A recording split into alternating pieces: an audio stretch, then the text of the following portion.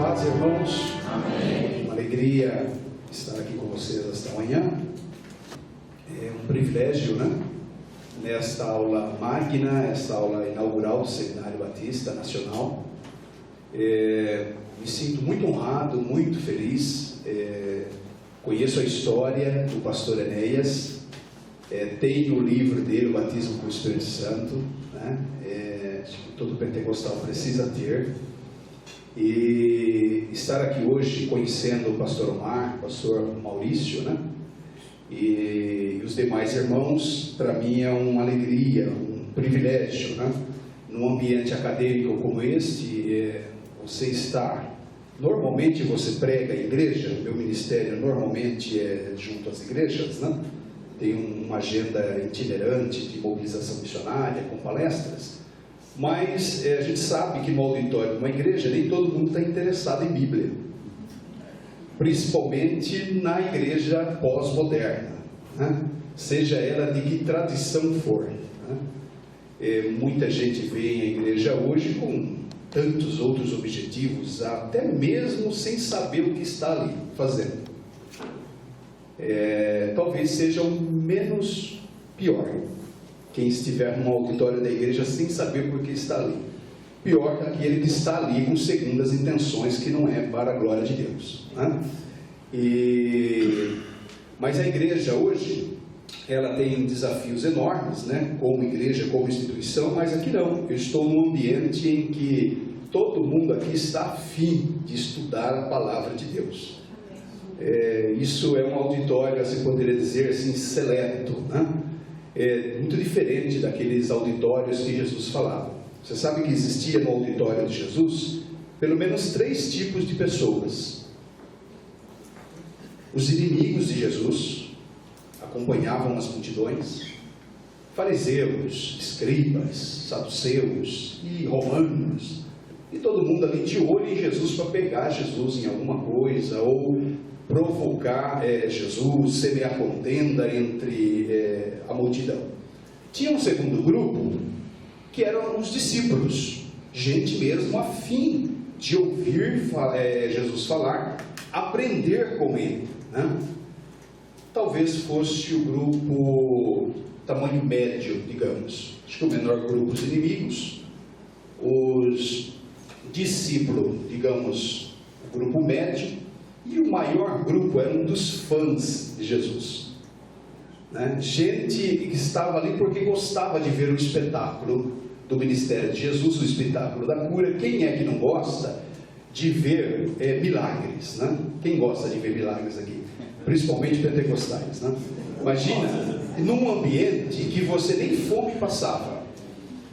Você não tinha muito o que fazer naquela época. Hoje nós somos assim afogados pelas atividades da vida moderna. Naquele tempo você não tinha muito o que fazer, você ficava de boa o tempo todo, né? Você conseguia comprar uma galinha ali, você dividia a galinha por a semana, né? Então você tinha muito tempo ocioso, ficar ouvindo Jesus e vendo curas e comendo de graça, e fazia parte da caravana da época, né? A turma de Jesus era a cocada, a última cocada do saco, né? A última bolacha do pacote. Jesus era a bola da vez naquela época. Mas graças a Deus, aqui está um ambiente de discípulos. Amém? Você nesse ambiente aqui, eu sei que você certamente será muito abençoado. Uma outra curiosidade é que quando eu vinha para cá, eu falei com o irmão Daniel que está comigo. Ele é obreiro ali na Assembleia de Deus em Guarulhos. Também um abraço para o pastor Bruno, comunidade de Água da Vida ali em Itapecerica, o Dório, obreiro ali da igreja. Mas eu falei ao colocar o nome da rua, né, falei, dei esse testemunho para o pastor Omar. Veja que coisa, irmãos. Aí quando eu olhei Lavrádio, eu falei, rapaz, é quase uma palavra em língua estranha, né? Eu falei, aí ele tentou no GPS e não achou o número, né? Tentou no Waze e não achou. Eu falei, rapaz, é assim, lá, para você achar um prédio na rua, você precisa ser pentecostal, senão você não acha. É um mistério. E não é que quando eu cheguei aqui eu não achei, aí eu fiquei com medo. Porque eu fui para o outro lado da rua Lavratio e ela não tem nada a ver com essa rua, irmãos. É uma coisa assim, muito misteriosa, né? Brincadeira. Eu falei, E eu caí para o outro lado, né? Eu falei, puxa, a gente tem que tomar cuidado com o que fala, viu? Muito bem. Eu estou feliz, né, por estar aqui com vocês. Como o pastor me apresentou, eu sou editor da Bíblia Apologética de Estudo. Foi em 2001 que nós lançamos essa Bíblia. Ela ainda hoje é a única ferramenta como Bíblia de estudo para um diálogo com adeptos de seitas. Hoje você tem a Bíblia Defesa da Fé da CPAD, que é uma Bíblia na área de apologética também, mas é uma apologética da alta crítica, trabalhando mais questões filosóficas, questões científicas, né? Abordando um pouco mais religiões mundiais. É um outro nível, um outro estilo de Bíblia. Ela talvez complete a Bíblia apologética, porque a Bíblia apologética, nós criamos ela como sendo uma Bíblia bem prática, para você ter facilidade no diálogo com o adepto de seita. Então nós entendemos que a grande maioria dos crentes não lidam com questões muito complexas. Vocês, alunos, já lidam ou lidarão, né, como teólogos. Mas o crente médio, raso, né, sem treinamento teológico, ele lida com questões muito práticas, muito fáceis, né? As pegadinhas que as seitas fazem no nosso portão, os seus colegas fazem no ambiente de trabalho, de escola. Então a Bíblia apologética, ela foi uma ferramenta assim, eu não sei se os irmãos aqui, alguém que tem a Bíblia apologética? Vários irmãos. Ela é muito prática para isso, porque ela apresenta, naqueles versículos que as seitas costumam, ela tem duas naturezas de notas: notas apologéticas. Então, naquele texto bíblico que reforça uma doutrina, então nós fazemos ali um comentário exegético explicativo daquele texto. E naqueles textos que as seitas se utilizam para distorcer a palavra de Deus, ou para dar uma fundamentação, né, aparente para a sua doutrina, nós colocamos então o comentário das seitas, um resumo do que ele pensa sobre aquele versículo, para que ele use aquele versículo, e uma resposta apologética. Então, como a testemunha de Jeová está na sua porta e ela cita um texto bíblico para você, para provar que Jesus não é Deus, para provar que o Espírito Santo não é uma pessoa, aquele versículo, se você tiver com a Bíblia apologética na mão, você já sabe responder, porque lá está o comentário que elas fazem e já uma refutação àquela ideia, àquele pensamento. Então ela é muito prática. Infelizmente eu sempre tenho Bíblia apologética comigo, sobrou uma apenas, está comigo aqui, mas é uma Bíblia que a gente já está trabalhando há muitos anos, né, no mercado editorial. Foi lançada em 2001, então continua como uma ferramenta para vocês. Mas a novidade foi o ano passado, que sendo duas áreas ministeriais que eu trabalho, a área da apologética e a área de missões, e essas duas coisas têm relação uma com a outra, eu em 2001 também, quando do lançamento da Bíblia apologética, eu senti a necessidade de uma Bíblia na área de missões, uma Bíblia de estudo na área de missões. E aí eu comecei uma pesquisa nessa área, tanto fora do Brasil, e eu não encontrei. A Bíblia apologética já é uma ideia do Dr. Walter Martin, fundador do Instituto Cristão de Pesquisas dos Estados Unidos, que na década de 70, né, fundou o ICP americano, e na década de 80 ele publicou uma Bíblia muito semelhante à Bíblia apologética. Essa Bíblia não existe mais, né? Entrou numa briga judicial de direitos autorais com a família dele e tal, e ela não está mais disponível. Mas a Bíblia missionária, não havia nenhuma Bíblia no mundo, e é difícil, irmãos, você pensar um projeto editorial que não exista algo já criado naquela área em inglês. O mercado de língua inglesa editorial, ele é muito completo, muito completo. E a Bíblia missionária não existia. Então, eu consultei colegas, falando com o Timóteo Carriquer, né, que é um editor geral da Bíblia, e ele também pesquisou, fez uma outra pesquisa e não encontrou. E aí nós começamos então o desenvolvimento da Bíblia missionária. E o ano passado, no ano de 2014, no mês de outubro, depois de 13 anos de trabalho, nós conseguimos lançar a Bíblia missionária de estudo.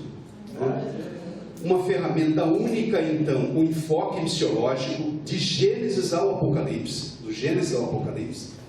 São quase 8.000 notas de rodapé.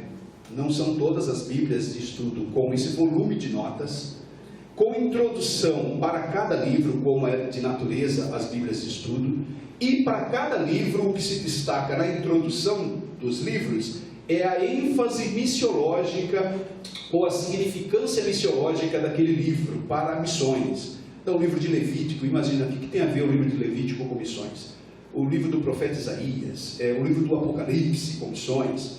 Então, a Bíblia ela se divide em notas de rodapé, introdução de cada livro. São quase 140 reflexões temáticas ao longo de toda a Bíblia. Então, eu acabei não trazendo a transparência sobre isso, mas os irmãos podem ver aqui, né? É uma linda Bíblia, a qualidade da Sociedade Bíblica do Brasil.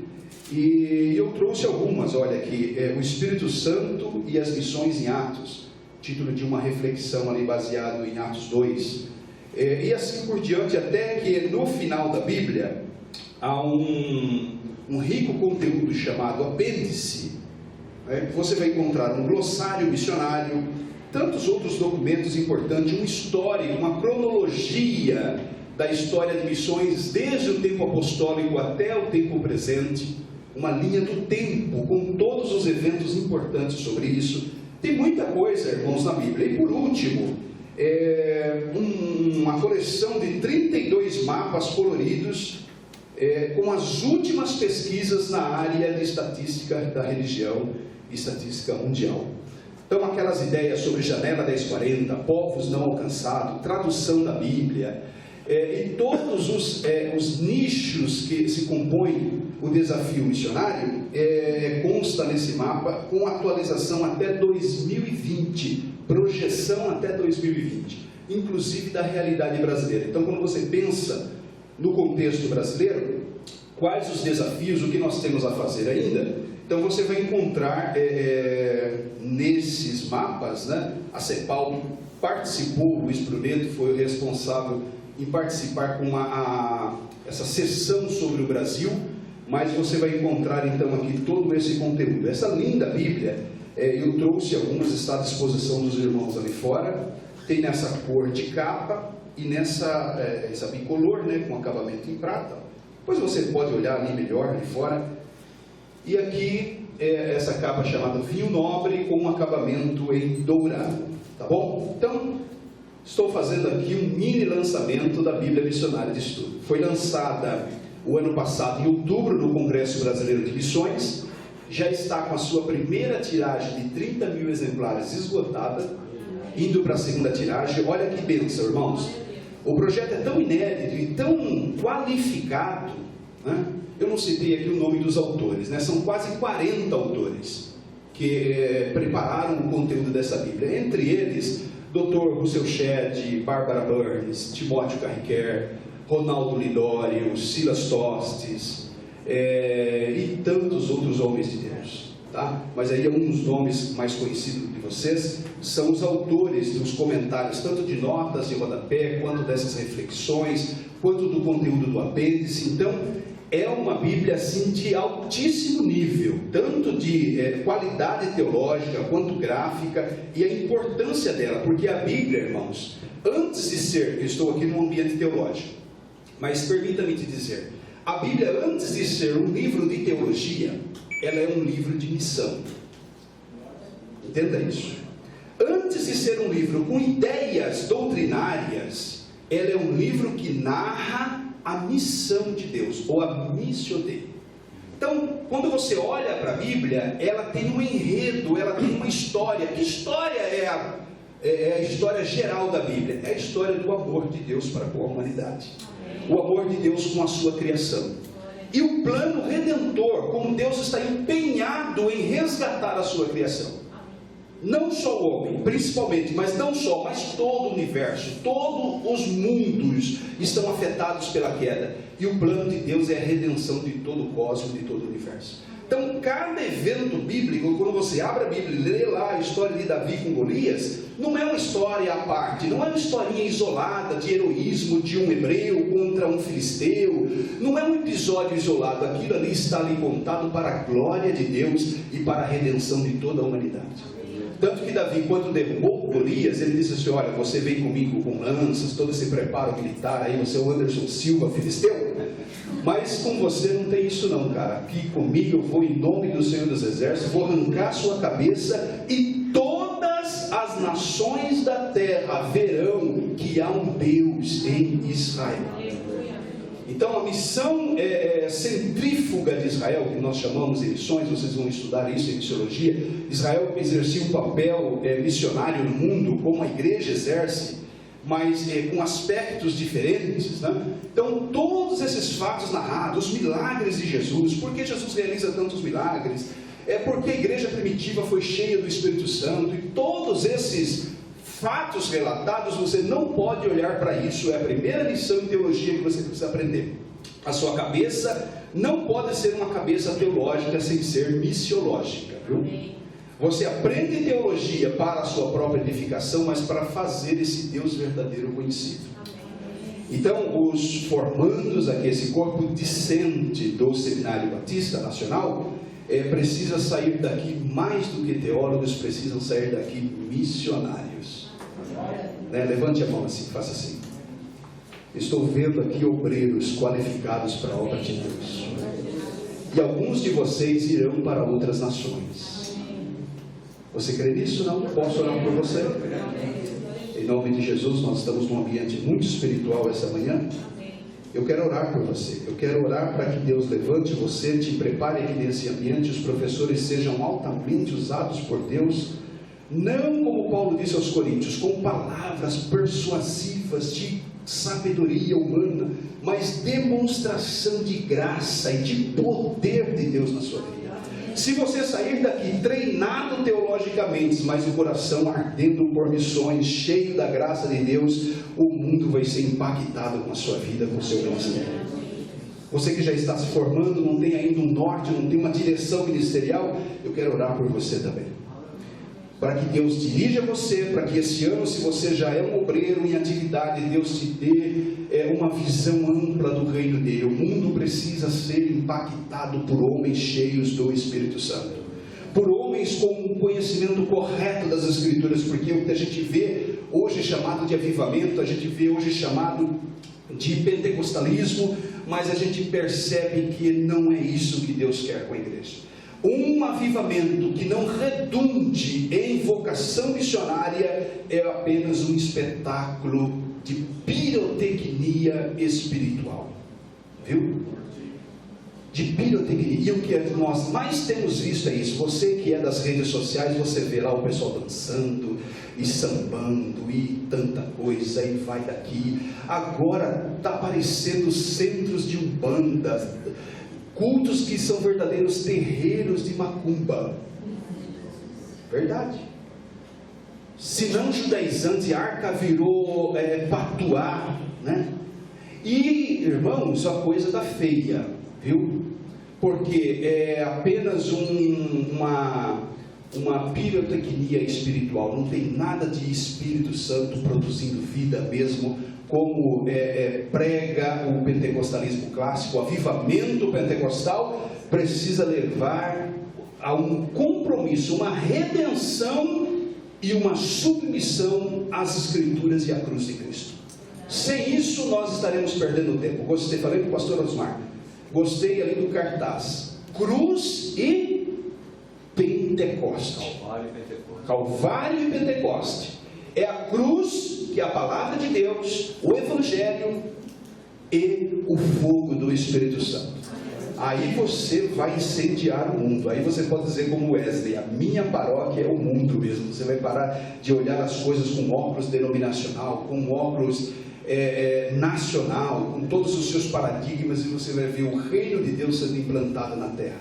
Porque a promessa é essa, do Evangelho a glória de Deus cobrir toda a terra, como as águas cobrem o mar.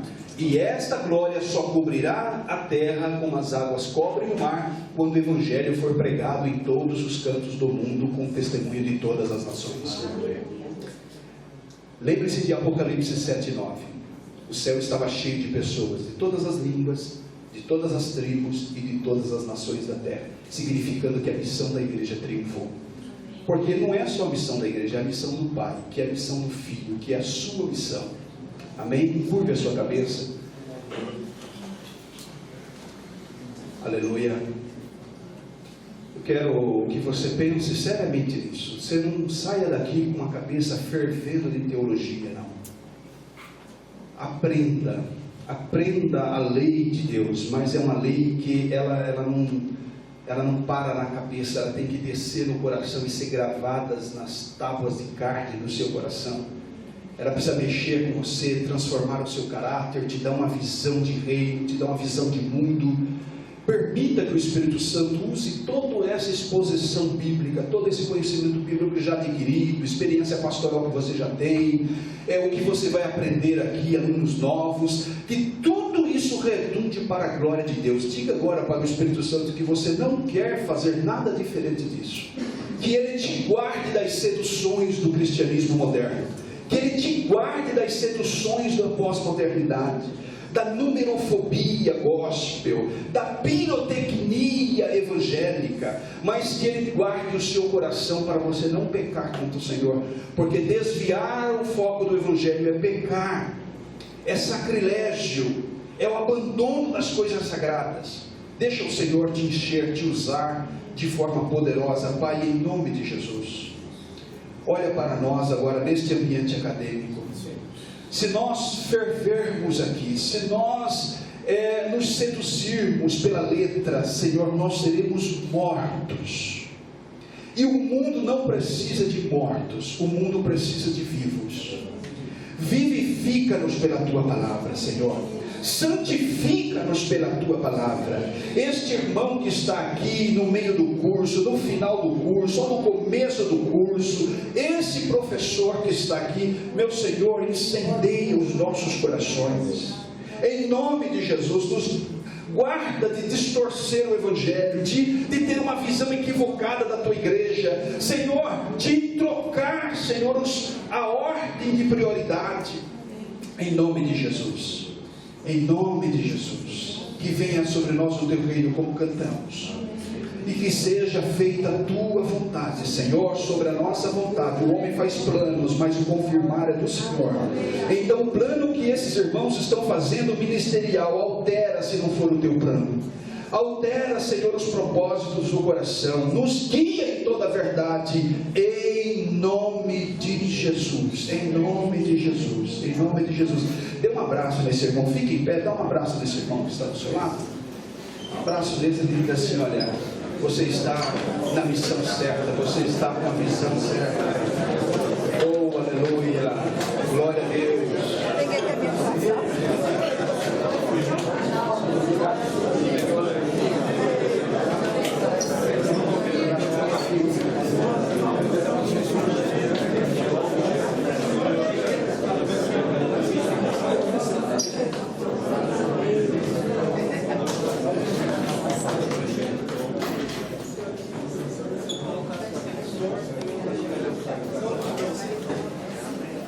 Meus irmãos, glória a Deus.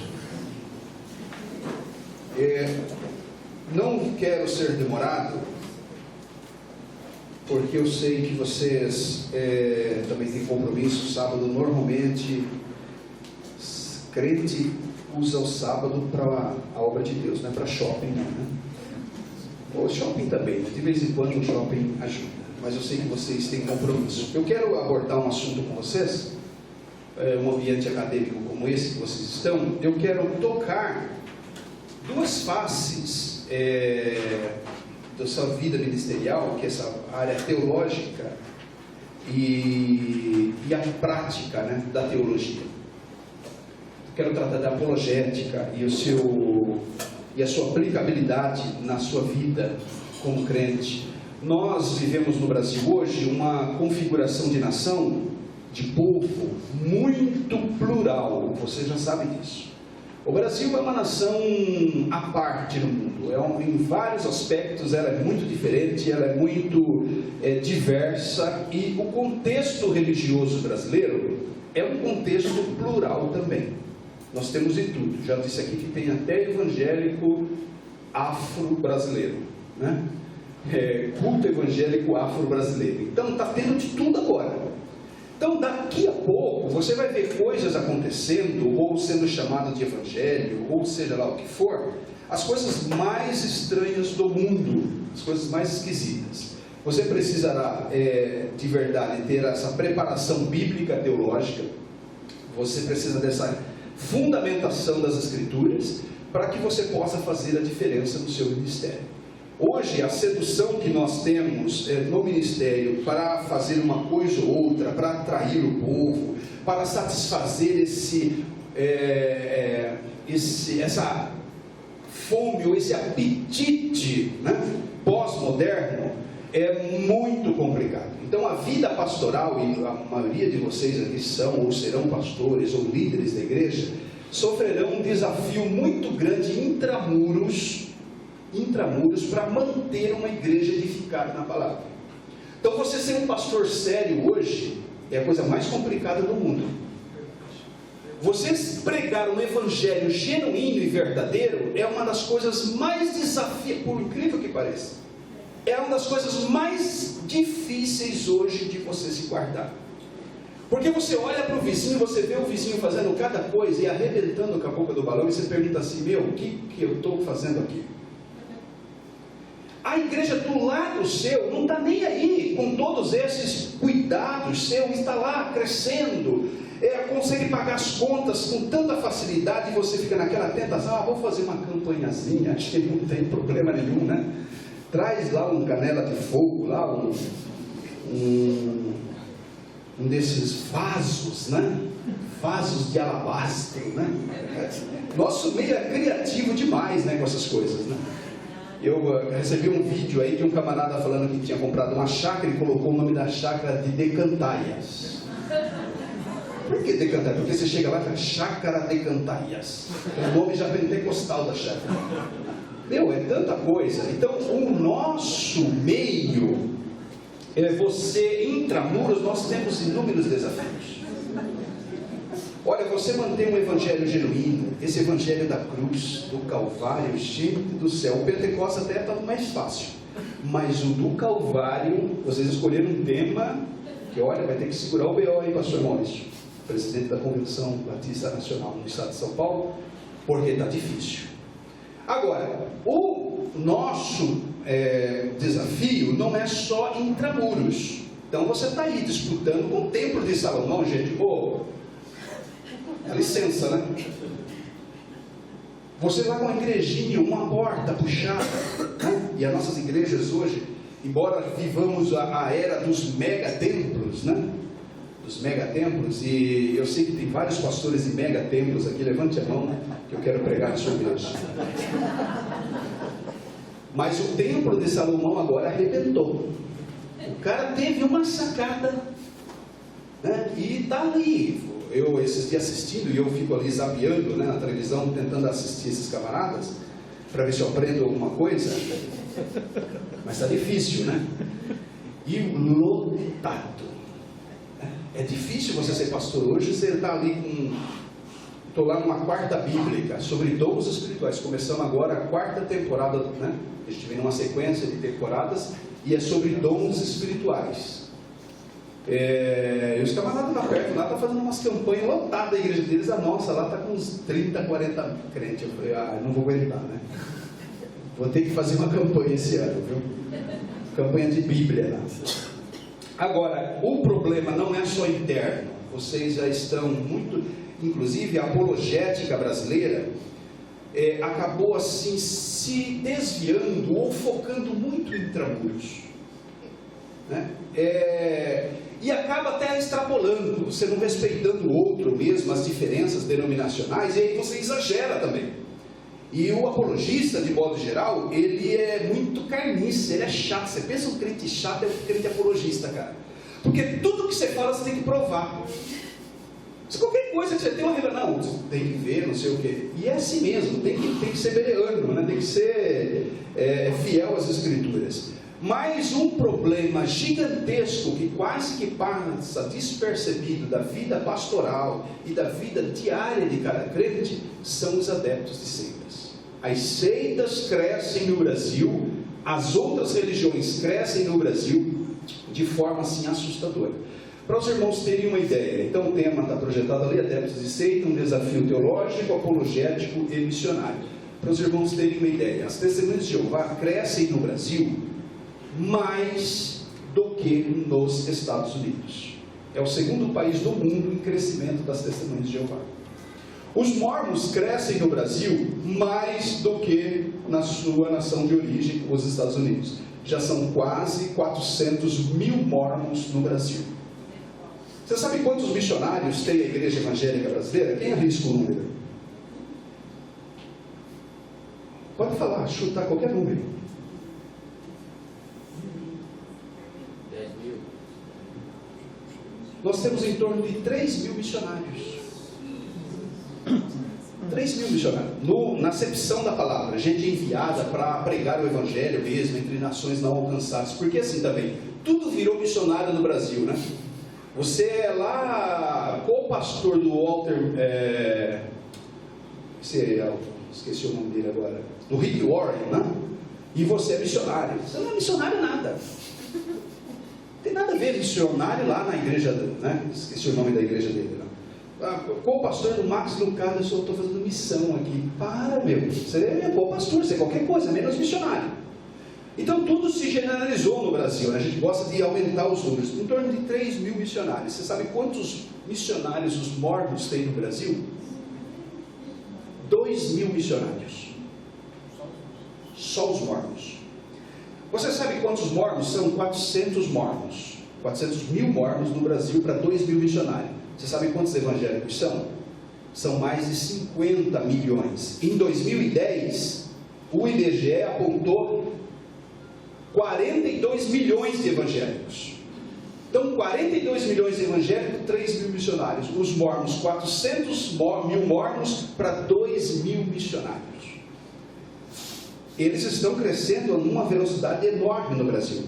Pela seriedade, a organização estrutural da religião. E todos esses fatores têm atraído muitas pessoas a essa alternativa. Porque esse evangelho no Brasil, embora a confissão religiosa evangélica no Brasil seja a que mais cresce, nós crescemos numa média de 4.500 novas conversões por dia, o que faz o Brasil ser a terceira ou quarta igreja que mais cresce no mundo. Nós perdemos só para a China. China cresce em torno de 18 a 21 mil conversões por dia na China. O Brasil disputa com a Nigéria, a Coreia do Sul, terceiro ou quarto lugar em crescimento da igreja. Mas as outras religiões crescem na mesma velocidade. As testemunhas de Jeová já são mais de 1.200.000 testemunhas de Jeová no Brasil. E elas, irmãos, todas as capitais do Brasil. Eu não sei se você faz muito trabalho fora das quatro paredes. A nossa igreja é um problema da nossa missão. Nós nos tornamos uma igreja intramuros, né? Nós acontecemos apenas dentro das quatro paredes. Qualquer pastor aqui sabe o desafio que é levar os crentes para fora da igreja. Então, talvez o único projeto que dê certo para envolver crentes com a evangelização é pequenos grupos, como você queira chamar, culto doméstico, ou célula, qualquer coisa assim. Porque fora isso, esquece você usar os crentes para evangelização. Crente hoje não evangeliza. Você não testemunha na empresa, você não testemunha no trabalho, você não testemunha no colégio, para o seu vizinho, nada. Mas as testemunhas de Jeová já visitaram seus vizinhos, pelo menos em São Paulo, pelo menos 14 vezes. Todas as capitais do Brasil, elas já visitaram 3 vezes todas as residências. Todas as residências. O Espiritismo, que não é uma religião originalmente brasileira, ela nasce na França, mas hoje o Brasil é o reduto, a nação espírita do mundo. É a segunda confissão religiosa que mais cresce no Brasil, depois da confissão evangélica. Já são mais de 5 milhões e meio de espíritas kardecistas no Brasil. A casa que nós não evangelizamos do lado, você pode ter certeza que já recebeu visita, se não de Mórmon, mas já recebeu visita das Testemunhas de Jeová, ou está tendo contato com o Evangelho segundo Allan Kardec.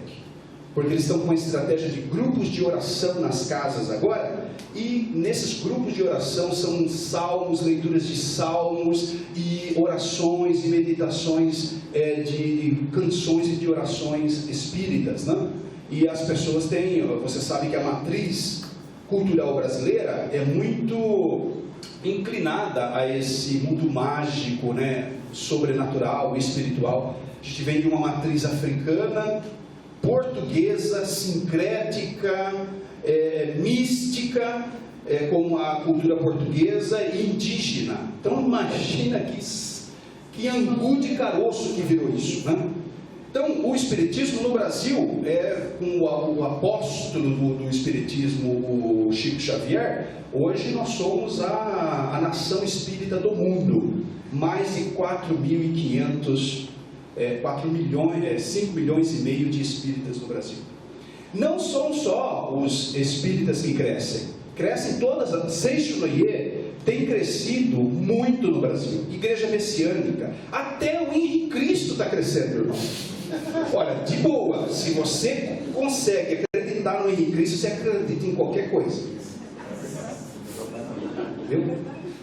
Acho que pior do que acreditar no Henrique Cristo, eu não sei, ele disputa bem com aquele chá da ayahuasca, né? Que você bate aquele cipó da Amazônia ali, o Santo Daime, né? E você toma aquele chá alucinógeno, né? E você fica doidão, cara.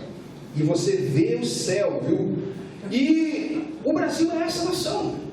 E nós estamos aqui, como igreja, seduzidos pelo nosso crescimento, que é um crescimento horizontal e superficial. Crente hoje não lê Bíblia. Sabia disso? Ele lê Salmos. Até a antiga caixinha de promessa já nem existe mais, né? Minha mãe tinha lá, só tem bênção, cara, não tem uma repreensão. Você tira lá o Senhor, meu pastor, nada me falta. Você tira lá, tudo posso naquele me fortalece. Não te dá uma cajadada, né? Caixa da promessa. Inclusive, a gente até canta, né? Que você não vai morrer porque as promessas vão se cumprir. Vai morrer sim, deixa eu falar para você vai morrer. Para com esses hinos que nem fundamentação teológica tem. Você não vai morrer porque as promessas vai morrer. Abraão morreu, Elias morreu, Moisés morreu, toda a galeria de Hebreus 11 morreram sem ver nada acontecendo. Você também vai morrer. Você pode ter certeza disso, tá? E nós somos esse povo superficial. Nós não encaramos os nossos problemas internos. Os crentes não querem saber. Eu quero crer, diz o crente brasileiro, né? Não quero nem saber, pastor, se tem fundamento. Aí se eu sentir, cara, você está sentindo o ventilador que está ligado. Não tem nada a ver com o Espírito Santo. É o ar-condicionado, né? E você não precisa sentir, você precisa crer, irmãos. A fé genuína não é movida de sentimento. Claro que os sentimentos passam, nós somos um ser integral. Então, os nossos sentimentos também precisam ser tocados pelo Espírito Santo, mas não pode estar baseado no sentimento. Porque tem culto que você está assim, ó. Tá bom, mãe. Beleza. Né? Mas você não precisa duvidar que você está cheio do Espírito Santo, que o Espírito Santo está na igreja, porque ele disse que estaria e acabou, cara. Jesus falou, onde estiver 2 ou 3 reunidos no meu nome, eu estou no meio deles. Vocês acreditam que Jesus está aqui? Pastor, mas aqui é uma escola, Jesus, não estamos aqui em nome de Jesus. A não ser que não esteja, se estiver, ele está. E acabou, você tem que acreditar nisso absolutamente. Mas nós não sabemos lidar com os problemas internos, imagina os problemas externos. Quando você enfrenta uma testemunha de Jeová, quando você enfrenta um Mórmon, mas você leva um caldo de Bíblia, você percebe que você é um ignorante das Escrituras, você não sabe nada. Aí você olha para a sua história, cara, 40 anos de igreja, eu sei menos do que esse menino aí, ó. e eles andam sempre de 2 em 2. Eu estou citando uma das seitas mais ativas no Brasil, né? Mas nós continuamos assim, deitados em berços esplêndidos, né? A atitude nossa como igreja é essa: ou a gente ignora, ou nós tratamos os adeptos de seita como inimigos, que é uma forma de você fugir do problema. Eu conheci um pastor que ele chamava as Testemunhas de Jeová de bicho mentira. E é mentira mesmo. Tudo que a Testemunha de Jeová ensina é mentira. As publicações deles estão cheias de mentiras, de falsas profecias, de fontes erradas, maquiada as fontes que eles utilizam para fundamentar suas doutrinas. Eles citam uma obra e adulteram a fonte. É coisa terrível se você estudar a fundo. Mas nós transformamos o adepto de seita no inimigo, porque aí você não conversa. O inimigo, você fica lá e eu fico aqui. E esse pastor ele ensinava assim: você quer a melhor estratégia para espantar uma testemunha de Jeová da porta da sua casa? Você chama ela para orar. Quem já ouviu isso? Seu pastor não fala isso não, né? E eu nunca entendia isso, porque a testemunha de Jeová é uma alma, um pecador, precisa de Jesus, precisa de libertação do Evangelho, porque ele não está na verdade.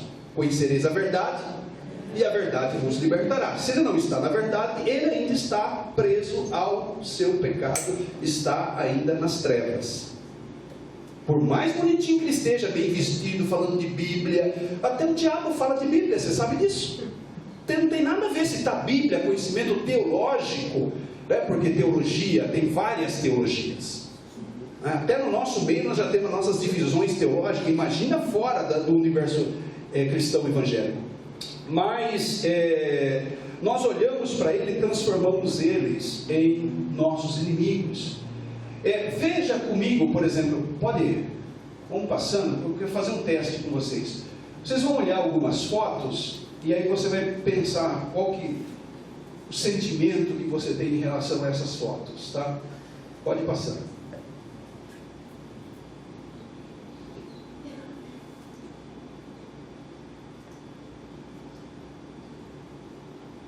Parece até mais rápido, né?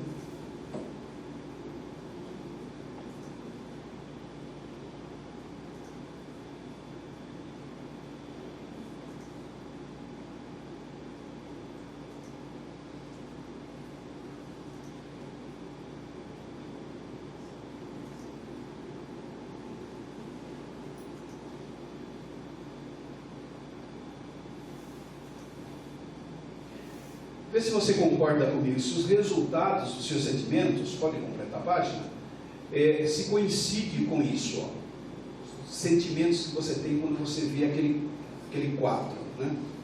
Se é isso que te vem à mente, se é isso o seu sentimento como cristão. Pastor, eu não sinto nada disso. Ô meu irmão, aí você morreu, hein? Precisa aceitar Jesus de novo e ser batizado com o Espírito Santo, né? Tem uns caras assim que não sentem, é difícil, tem gente que não sente mais nada também. Tem uns que sentem demais, outros que não sentem de menos, né? Pode ir. Agora, o que você sente quando você vê fotos assim, ó?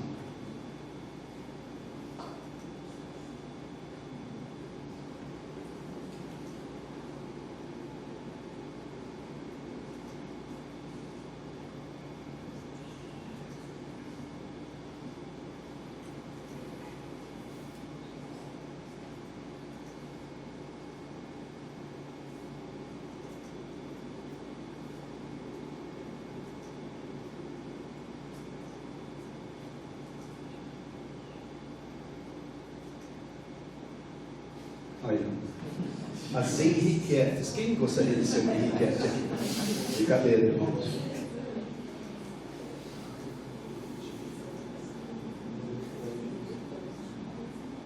Não sei, espero que aqui nós estamos falando só com obreiro, esse teste funciona mais na minha igreja geral, né? O pastor sempre tudo primeiro lá, né? Mas, normal, um dia eu perguntei para o irmão e ele falou: eu sinto nojo. Eu falei: como assim? Ele falou: eu tenho nojo. Mas irmão, nojo não está sujo, nada, é que eu sinto nojo, né? Não está nojo aí, mas raiva, antipatia, né? Ou como os discípulos, olha, se eu fosse Deus, eu mandava um fogo do céu agora, eu consumia todos esses gays, né? Parada gay eu destruía o sítio lá, a chácara do Henrique Cristo, lá em Cesário Lanche, Betel de Cesário Lanche. Mas a gente trata, vocês concordam comigo ou não? Que há essa divisão de sentimentos. É difícil você olhar para o testemunho de Jeová e você falar assim, puxa, não precisa, Jesus. Mas você fala, até tem um meme agora das testemunhas de Jeová, né? Como que é aquela música? Sou ruim de cantar, viu? Rapaz, aquele quarteto, cadê aquele quarteto? Meu, que turma para cantar, hein? Já está com agenda, viu? Vamos levar lá na igreja, viu, Jair? Jair aqui é membro lá na nossa igreja. Como que é? Domingo de manhã, né? Na minha porta, domingo de manhã. Como que é essa música? Vocês não conhecem? Uma música de uma dupla aí, né? Então eles estão ali sempre domingo de manhã na nossa porta. Você olha assim pela fechadura assim, ai, ferrou. Testemunho de Jeová. Então você não, olha, fala lá para o papai não tá, né? É rejeição mesmo. Eles sofrem um preconceito enorme. Mas já visitaram todas as casas das capitais brasileiras pelo menos 3 vezes. E crescem assustadoramente no Brasil. Eles têm um parque gráfico e toda uma estrutura em Cesário Lanche e Betel, aqui no interior de São Paulo, que nenhuma denominação evangélica tem a estrutura que os caras têm. Uma das mais ganhando selo, eu sou no mercado editorial, conheço gráfica, eles têm os selos das mais altas qualidades gráficas do mundo, a gráfica aqui de Cesário Lanche. Então, quando nós olhamos isso, então você percebe que a nossa atitude de verdade é essa, nós ignoramos, nós simplesmente nos opomos a eles, né? Vamos adiante?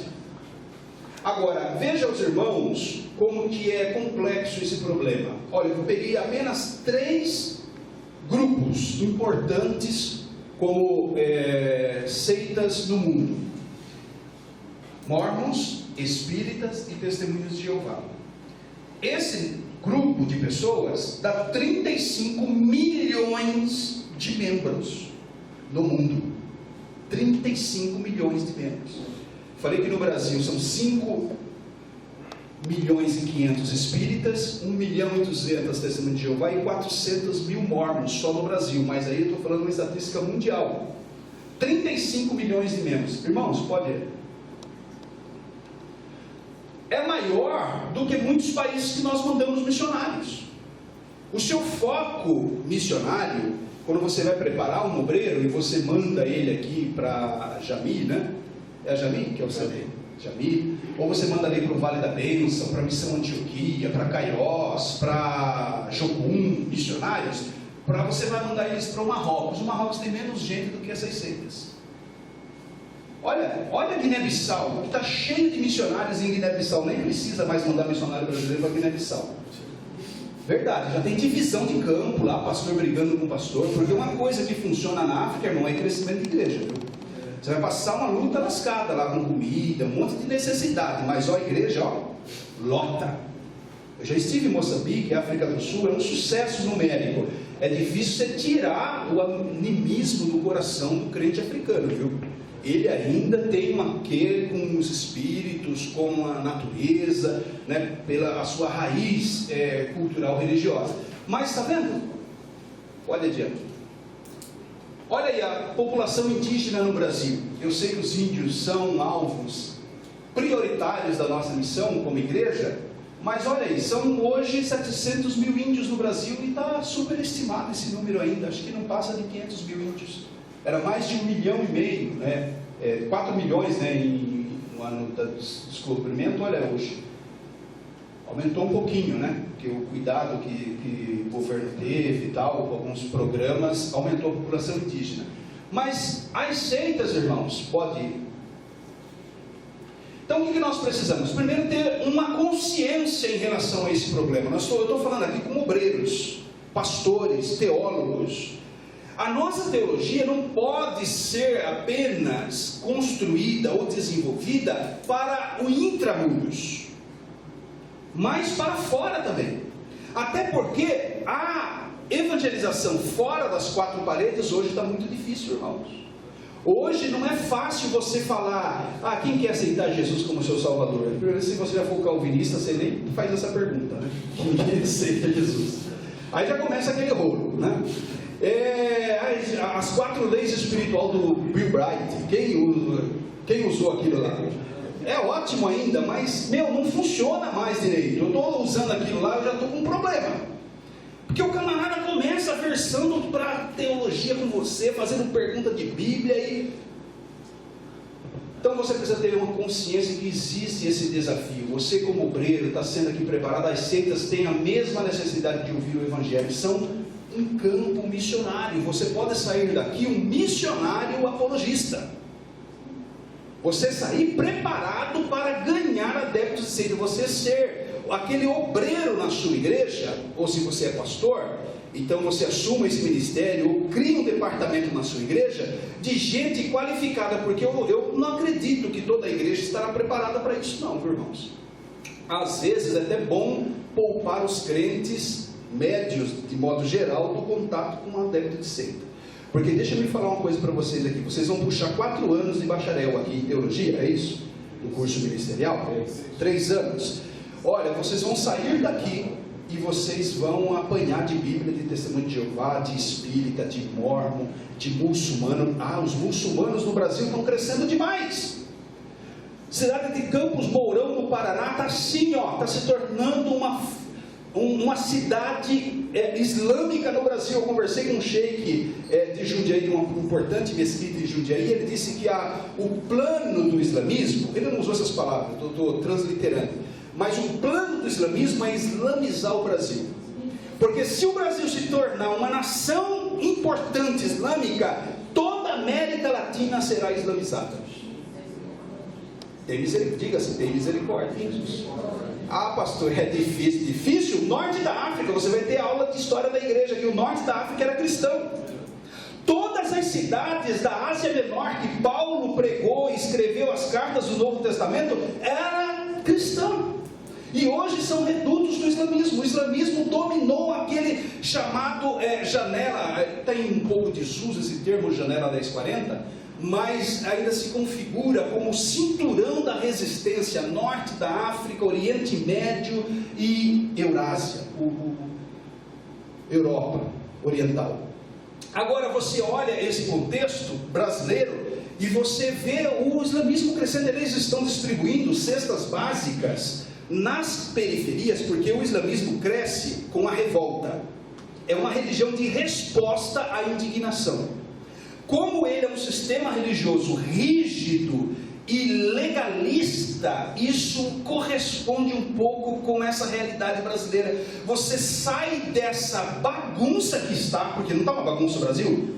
Cara, ninguém está sabendo mais nada. Você nem sabe mais quem é mulher, quem é homem, quem é pai, quem é filho. Cachorro está virando marido, gato está virando esposa, passarinho está virando filho.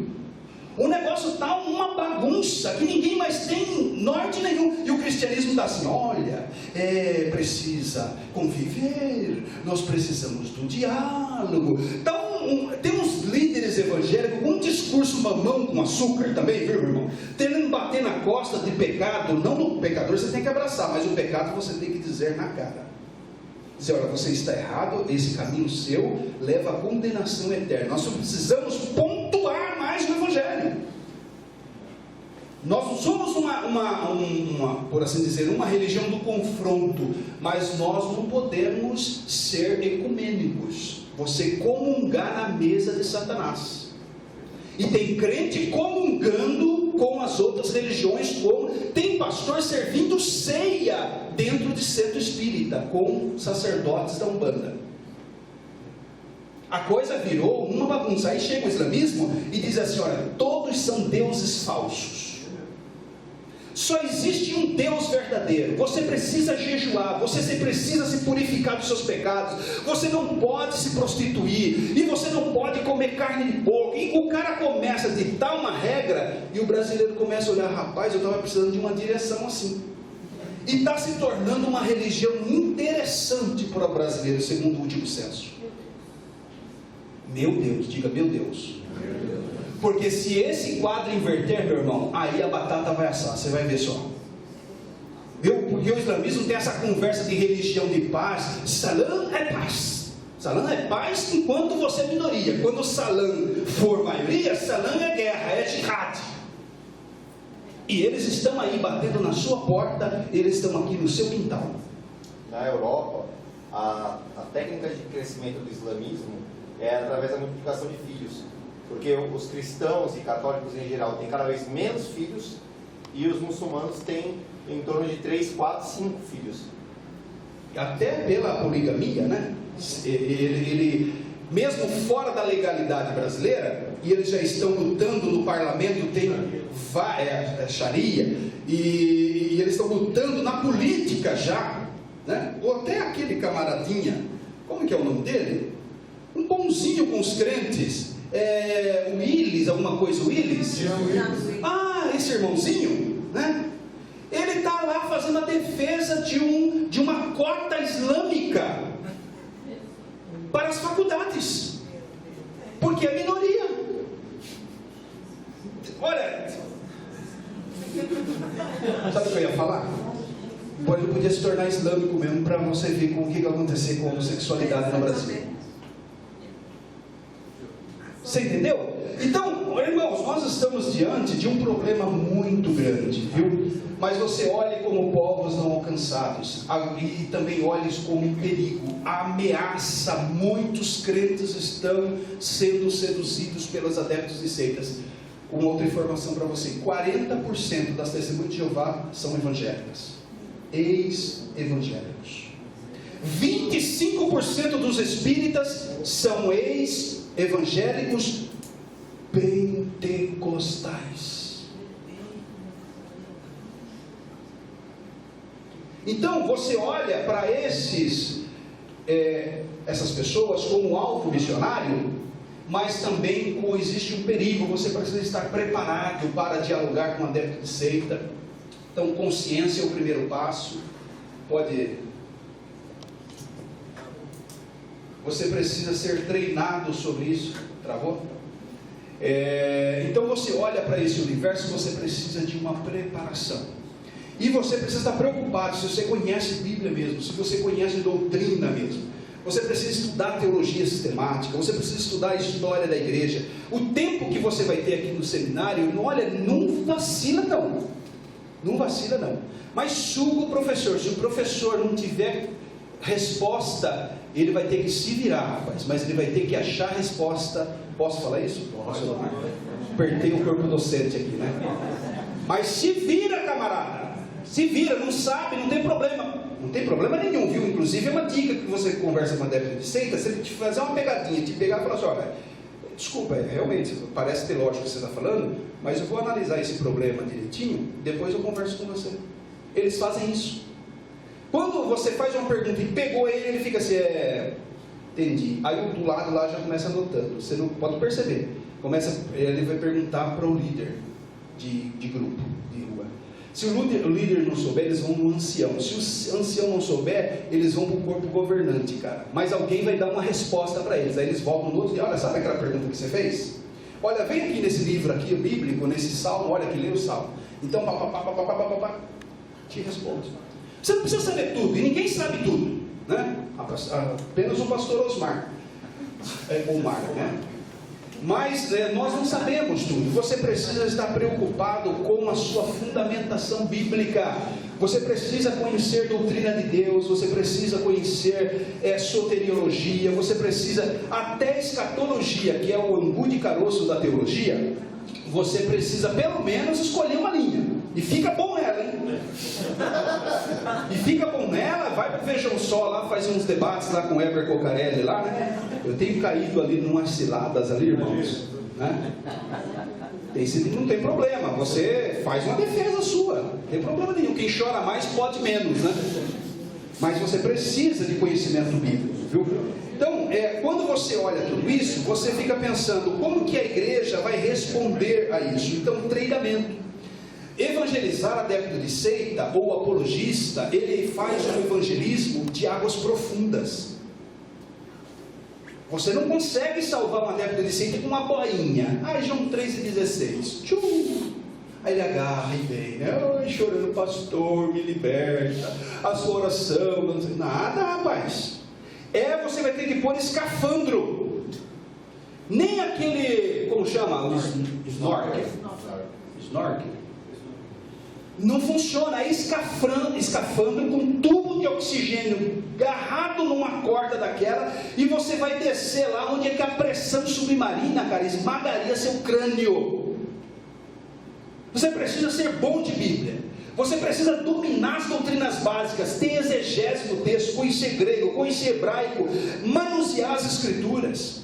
Você precisa ser firme na sua palavra. Não pode dizer, eu não sei, depende, meu irmão, não é bem, isso aí, viu, o crente que fala assim, ele não entende, ele fala assim, isso aí não é muito importante para a salvação. O que não é importante para a salvação? Se Jesus é Deus. Toma vergonha, rapaz. Se você não acredita num Jesus certo, você embarca numa salvação errada, desembarca num céu errado, só isso. Tenta evangelizar um rasta, que ele tem um Jesus, um Espírito Santo e um Deus. E ele te mostra até a foto. Não, eu conheço esse tal de Jesus, esse cara aqui, ó. Eles têm mesmo. A Isa, né? Me explicou, Isa profeta. Muito bom. Agora vai provar a divindade de Jesus. Já está lá? Não? Olha, você vê aqui, ó, falou de sede, já começa. Isso é batalha espiritual, viu? Proteção do rebanho. O bom pastor dá vida pelas ovelhas. O dia que você tiver um membro da sua igreja, eu ia falar uma membra. Nunca fale membra, viu? Não existe membra, é membro. Exatamente. Então, quando você tiver um membro da sua igreja, você perdendo ele para o adventismo do sétimo dia, você perdendo ele para a Igreja Pentecostal Unida do Brasil, para a Voz da Verdade. Quem leva a Voz da Verdade aqui na igreja para cantar lá na congregação? Assembleia de Deus, tem assembleia aqui? Assembleiano gosta da Voz da Verdade. O Carlos Moisés falou, é o melhor mercado da nossa banda. O cara canta, um Jesus que não é o Jesus da Bíblia. Ele distribuiu agora um CD, Jesus é o Senhor, e é um ataque veemente, tá? O próprio áudio do CD dele está no YouTube. Um ataque veemente à doutrina da Trindade. São unitaristas, né?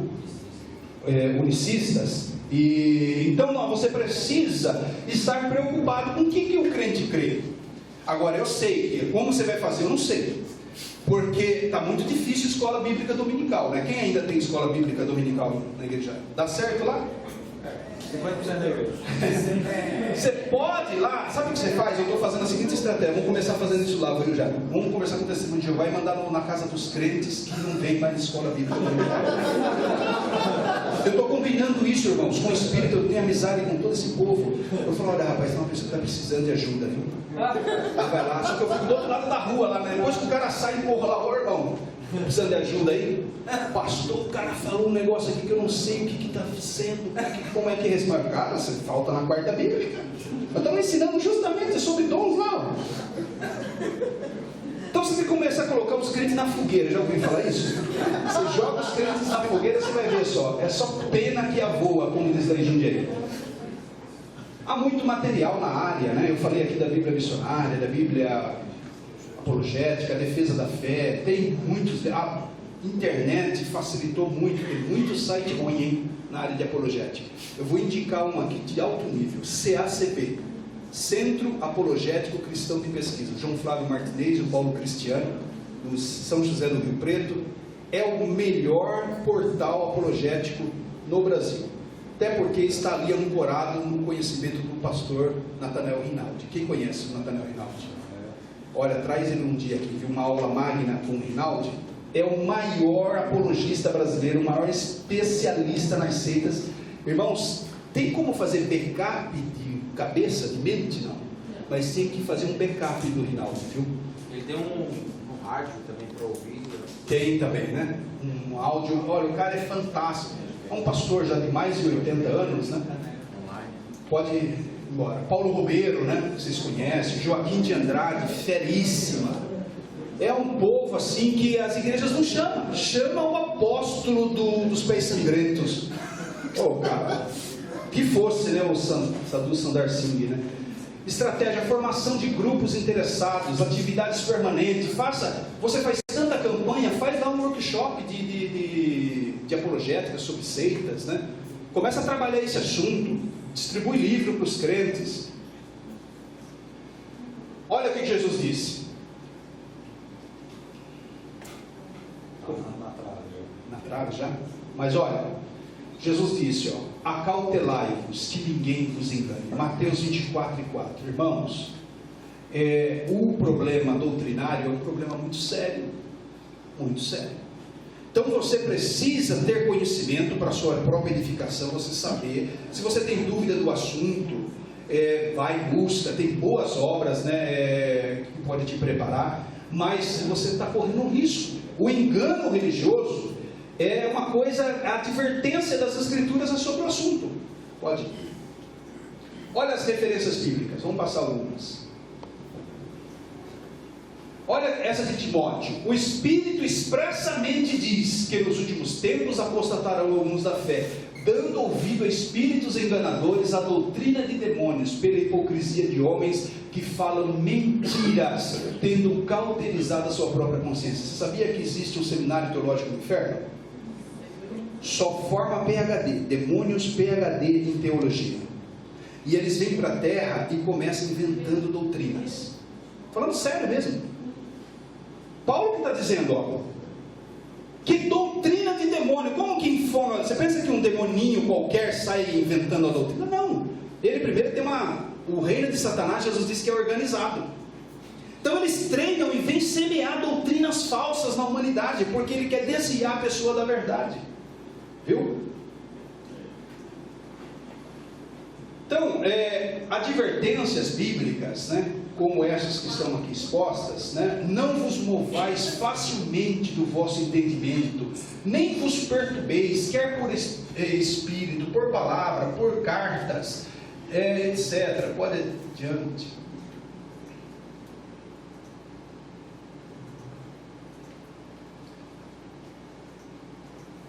Pedro falando de homens escarnecedores nos últimos dias.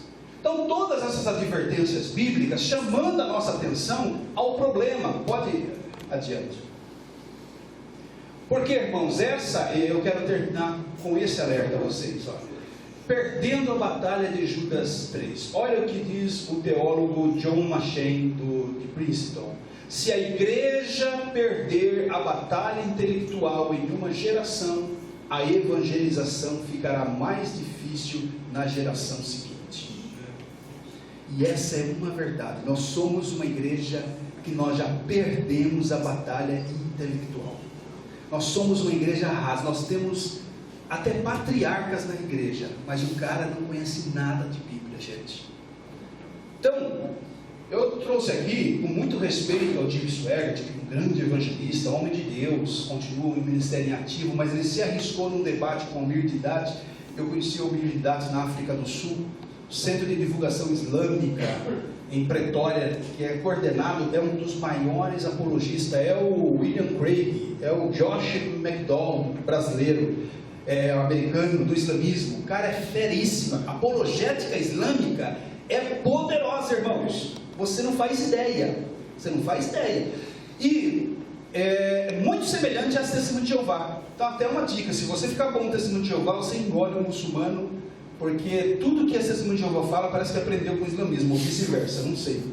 Quem está alimentando quem? Acho que o corpo governante está assim lá no Meca. Vamos trocar doutrinas aí, porque um ajuda o outro. Pode adiante. Porque, olha, o ex-pastor João de Deus Cabral tornou-se muito humano, pastor presidente da Assembleia de Deus do campo da Paraíba, se tornou muçulmano. Está construindo a primeira mesquita agora de João Pessoa.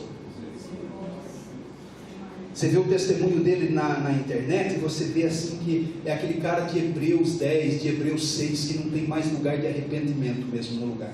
Sabe aquele camarada que se perde para sempre mesmo? O Espírito Santo não vai mais atuar na vida dele? É isso aí. Pode adiante. Ex-pastor aqui do Brás, pastor Israel. Agora, olha o nome dele agora, Ismael. Interessante, né? Depois você vai aprender por que Ismael. Viu? Pode ir adiante. Olha aí, ó. Católico, praticante, é professor agora em seminário católico. Pode ir adiante. Por que eu estou colocando só pastor? Porque, cara, ataca o pastor, dispersa o quê? As ovelhas. Enquanto um pastor, se o pastor está caindo, imagina o rebanho, irmãos. Que ovelha, meu. Olha, dá problema, viu? Agora, está aí, ó, padre. Né? Olha, pastor, padre, já tem um monte, viu? Pode ir adiante. Olha, quem lembra do Elias da Maria?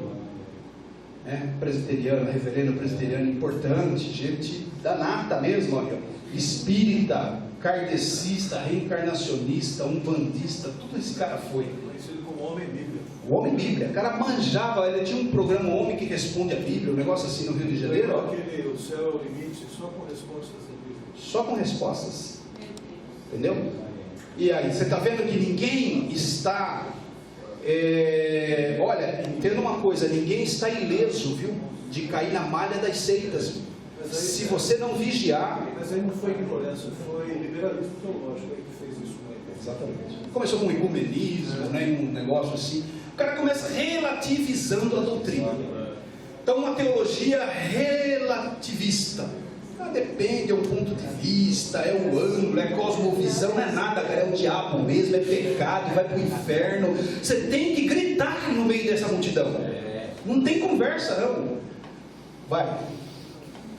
Olha aí, ó, igreja messiânica, ex-pastor Luiz, vai embora. Olha isso aí, gente. Silvio, sacerdote da Umbanda.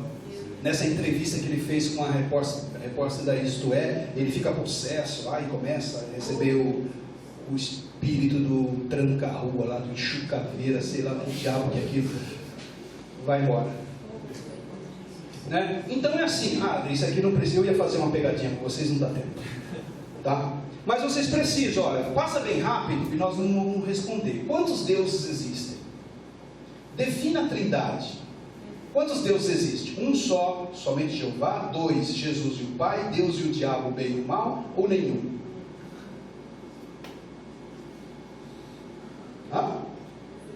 Qual que é a alternativa? Só essa daí.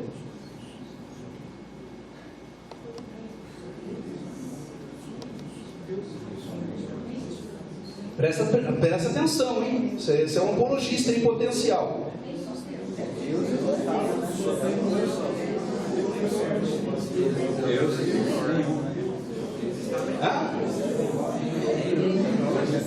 Levanta a mão quem é o A.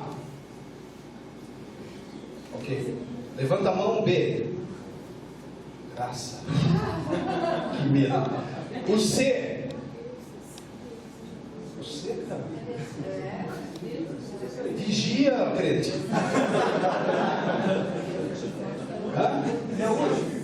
Nenhum. Não, pastor, um dia eu fiz isso, não, pastor, foi lá, meu, tirar o reitor da faculdade, o Mar lá de Sorocaba, falou assim, eu falei, cara, estou saindo, velho, agora você estude aí, né? Tá aí, ó, nenhum,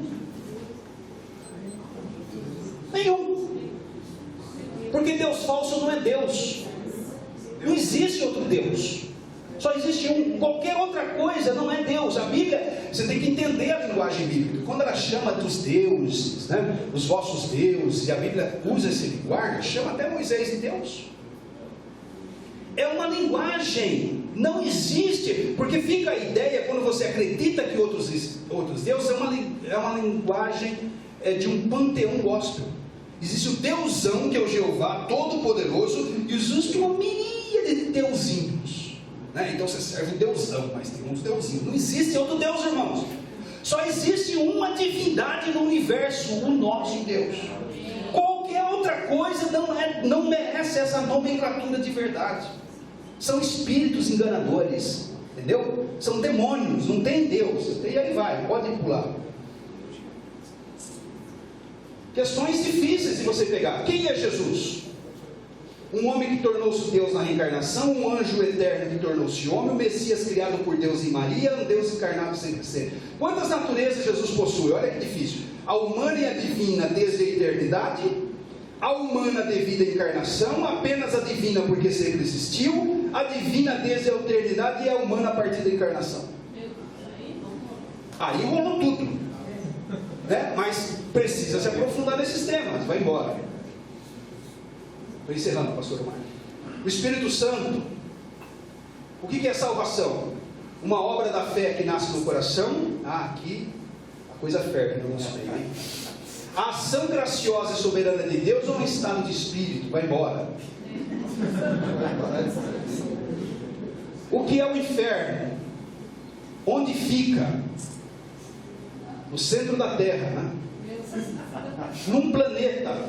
Tinha um crente que falou isso, fica no outro planeta, pastor. Eu acho que é Mercúrio, que ele é vermelhão, né? O crente que eu falei para você, viu? E era tradicional o peça. Quem é o diabo? Aí, ó, na mesma linha, né? Vai embora. Olha, sobre o pecado é correto afirmar, essa também ferve, a natureza humana é pecaminosa ou neutra, né? Vai embora. Que tem de pelagiano no nosso meio, irmão? Olha, vocês vão estudar, né? A Bíblia, a igreja, enfim. Tá bom? Aí pode parar, é um pouco do release que eu já tinha falado. Em nome de Jesus, eu não vim aqui ensinar teologia para vocês, né? Vocês estão num seminário para aprender. O corpo docente é qualificado, o seminário tem estrutura bíblica. Olha, se você terminar esse curso, faz uma pesquisa, pastor. Se tem aluno aqui que não emprestou livro da biblioteca, você não forma ele. Estou falando sério, velho. Aluno que passa 4 anos no seminário, 3 anos, não empresta um livro da biblioteca, então você vai na casa dele para ver a biblioteca do cara, porque ele está vivendo de internet. Você tem que comer a Bíblia, ler teologia sistemática, pega logo, sabe? Deixa aqui.